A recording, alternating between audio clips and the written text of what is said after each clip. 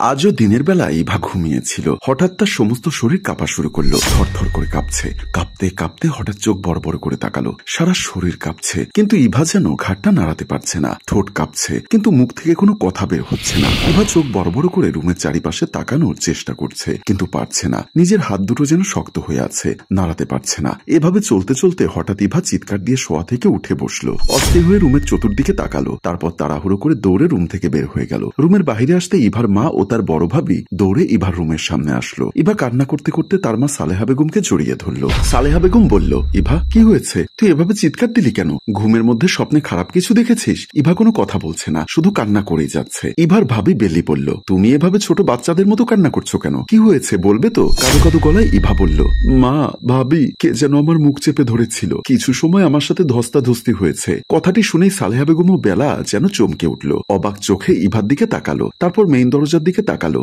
Main দরজা বন্ধ দেখে বলল, কি বলছিস? দিনে দুপুরে কে তো রুমের ভেতরে ঢুকবে? আর মেইন দরজা তো বন্ধ। আম্মা, ও মনে হয় স্বপ্নে দেখেছে। না ভাবি, আমি কোনো স্বপ্ন দেখিনি। যেটা সত্য সেটাই বলছি। আমাকে জোর করে কিছু একটা করতে চেয়েছিল। বৌমা, তুমি ইভাকে নিয়ে ওর রুমে যাও তো, আমি বাসাটা একটু খুঁজে দেখি। ইভা চমকে উঠে বলল, না না, আমি ওই রুমে যাব না। মা, আমি তোমার রুমে যাব। বৌমা, ইভা যখন ভয় পাচ্ছে তখন তুমি ওকে নিয়ে আমার রুমে যাও। আমি ওর রুমটা একটু দেখে আসি। বেলা ইভাকে নিয়ে শাশুড়ির বেডরুমের দিকে চলে গেল। সালেহা বেগম কিছুটা সময় কি যেন ভাবলো, তারপর ইভার রুমের ভেতরে প্রবেশ করলো। ইভার বিছানার কাছে এসে চতুর্দিকে তাকালো, দেখতে পেল বিছানার চাদরটা একটু এলোমেলো। বুঝতে পারলো ইভা যা বলছে তা সত্যি। বিছানার চাদরের দিকে ভালো করে তাকাতেই হঠাৎ তার চোখ পড়ল ছোট্ট জলজল করে একটা বস্তুর উপর। সালেহা বেগম বিছানার উপর বসলো, তারপর হাত বাড়িয়ে বস্তুটি ধরতে এসে বুঝতে পারলো এটা একটা আংটি। কিছুটা অবাক হলো, কারণ ইভার হাতে কোনো আংটি পড়ে না। তাহলে এই স্বর্ণের আংটিটা এখানে কোথা থেকে আসলো? আংটিটা ভালো করে নাড়াচাড়া করছে আর ভাবছে। অনেকটা টেনশনে পড়ে গেল। ভাবতে ভাবতে আংটিটা হাতে নিয়ে রুম থেকে বের হয়ে গেল। তুমি যখন ইভার চিৎকার শুনে দৌড়ে ইভার রুমের সামনে গেলে, তখন আমাকে ডাক দিলে না কেন? তুমি কানে হেডফোন লাগিয়ে গান শুনছিলে, তুমি চিৎকার শুনতে পাওনি, তাই তোমাকে বিরক্ত করিনি। কিন্তু আমি তো বুঝতে পারছি না, তুমি বলছো স্বপ্ন দেখেছো, কিন্তু ইভা বলছে কেউ ওর মুখ চেপে ধরেছে। কোনটা সত্য কোনটা মিথ্যা সেটাই তো বুঝতে পারছি না। ভাইয়া, আমি যেটা বলছি সেটাই সত্য। কেউ আমার রুমের ভেতরে ঢুকেছিল, কেউ আমার মুখ চেপে ধরেছে, সেজন্য আমি চিৎকার দিয়েছি। বেলা বলল, হলেও হতে পারে, কিন্তু আমার টেনশন হলো মেইন দরজা বন্ধ, আর একটু আগে সারা ঘর ঝাড়ু দিয়েছি, কোথাও কাউকে দেখতে পাইনি। তাহলে তোমার রুমে কে আসবে আর কে তোমাকে জড়িয়ে ধরবে? আমি বুঝতে পারছি না। তাহলে কি আমাদের বাসায় জিন ভূতের আছর পড়লো নাকি? এমন সময় সালেহা বেগম রুমের ভেতর প্রবেশ করলো। অপুর পাশে দাঁড়িয়ে বলল, আমারও মাথায় কাজ করছে না। ইভা, এই আংটিটা তোর বিছানার উপর পেলাম, এটা কি তোর? না না, ও আংটি আমার না। অপু আংটিটার দিকে তাকিয়ে কিছুটা অবাক হয়ে মনে মনে বলল, এত দামি স্বর্ণের আংটি ইভার বিছানার উপর আসলো কোথা থেকে? কমপক্ষে 4 আনা হবে। এত দামি আংটিটা কার? সালেহা বেগম বলল, আমার মাথায় তো কোনো কাজ করছে না। এই আংটিটা যদি তোর না হয় তাহলে তোর বিছানায় আসলো কোথা থেকে? আমি জানি না মা। অপু চিলের মতো ছো মেরে মায়ের হাত থেকে আংটিটা টান দিয়ে হাতে নিয়ে বলল, আংটি এখন যার কাছে আছে সেই আংটির মালিক। তাই কথা না বাড়িয়ে বাসার চারিপাশে খোঁজো, দেখো বাসার মধ্যে কেউ লুকিয়ে আছে কিনা। আমি স্বর্ণকারের দোকান থেকে আংটিটা পরীক্ষা করে নিয়ে আসি, এটা স্বর্ণ নাকি ইমিটেশন। বলেই কেউ কিছু বলার আগেই দৌড়ে রুম থেকে বের হয়ে গেল। সালেহা বেগম পেছন থেকে কয়েকবার ডাক দিল, কিন্তু শুনলো না। সালেহা বেগম এবার রাগান্বিত হয়ে বলল, দেখলে বৌমা, অপু এটা কোনো কাজ করলো? আমি টেনশনে পড়েছি, আরও আংটি পরীক্ষা করতে গেছে। ইভা বলল, মা, আমার খুব ভয় করছে। বেলা বলল, আম্মা, আপনি একটু ওর পাশে বসুন। আর ইভা, তুমি ভয় পেও না, আমি সারা বাসা খুঁজে দেখি। বলেই বেলা রুম থেকে বের হয়ে গেল। সালেহা বেগম ইভার পাশে বসলো, কিন্তু এখনো তার মাথার মধ্যে ঘুরপাক খাচ্ছে এই আংটিটা কোথা থেকে আসলো। অপু মেইন দরজার সামনে আসলো,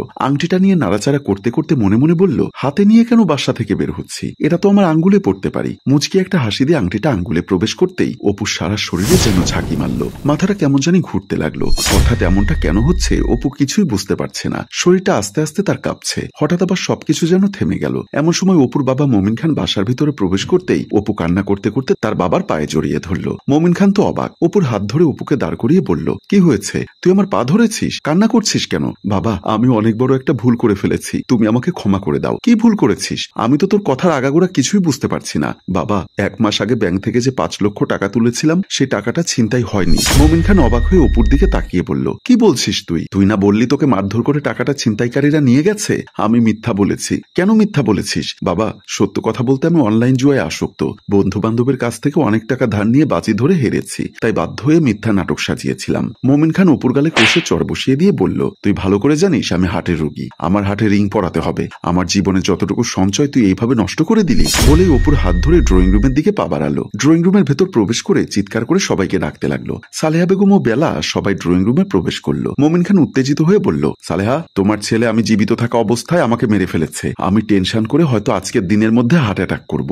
সালেহা বেগম অবাক হয়ে বলল, কেন, কি হয়েছে? ও ছিনতাইকারীর নাটক সাজিয়ে ব্যাংক থেকে যে 5 লক্ষ টাকা তুলেছিলাম সেই টাকাটা দিয়ে জুয়া খেলেছে আর আমাদের সবাইকে বোকা বানিয়েছে। সবাই কথাটা শুনে চমকে উঠল। তুমি এসব কি বলছো? আর এই কথা তোমাকে কে বলেছে? অপু বলল, মা, আমি বলেছি। অপুর কথা শুনে সবাই অবাক হয়ে গেল। বেলা বলল, তুমি বলেছো? তাহলে সত্যি কি তুমি জুয়া খেলে টাকাটা নষ্ট করে ফেলেছো আর আমাদের সামনে ছিনতাইকারীর টাকাটা নিয়ে গেছে সেই নাটক সাজিয়েছো? হ্যাঁ বেলা, মিথ্যা নাটক সাজিয়েছি আর তোমার সাথে আমি অন্যায় করেছি। তোমাদের বাড়িতে চুরির নাটক সাজিয়ে তোমার বাবার 1 লক্ষ টাকা আমি চুরি করেছিলাম। তুই এত বড় জুয়ারি হয়ে গেছিস? চুরি করছিস, মিথ্যা প্রতারণার আশ্রয় নিচ্ছিস। মা, আমি যা কিছু করেছি সবই অনলাইন জুয়ার জন্য করেছি। আর বেলার সাথেও আমি আরেকটা অন্যায় করেছি। তুমি কি অন্যায় করেছো? তুমি যেটা জেনেছিলে সেটাই সত্যি। আমি আসলে পাশের ফ্ল্যাটের দোয়েল ভাবির সাথে পরকীয়ায় লিপ্ত হয়েছিলাম। এবার সবাই চমকে উঠে একে অপরের দিকে তাকাচ্ছে। একটু আগের ঘটনা যেন সবাই ভুলে গেছে অপুর মুখে এমন সত্য কথা শুনে। কিন্তু সালেহা বেগমের মাথার মধ্যে ঘুরপাক খাচ্ছে, হঠাৎ অপু এত সত্য কথা কেন বলছে। ভাবতে ভাবতে চোখ পড়ল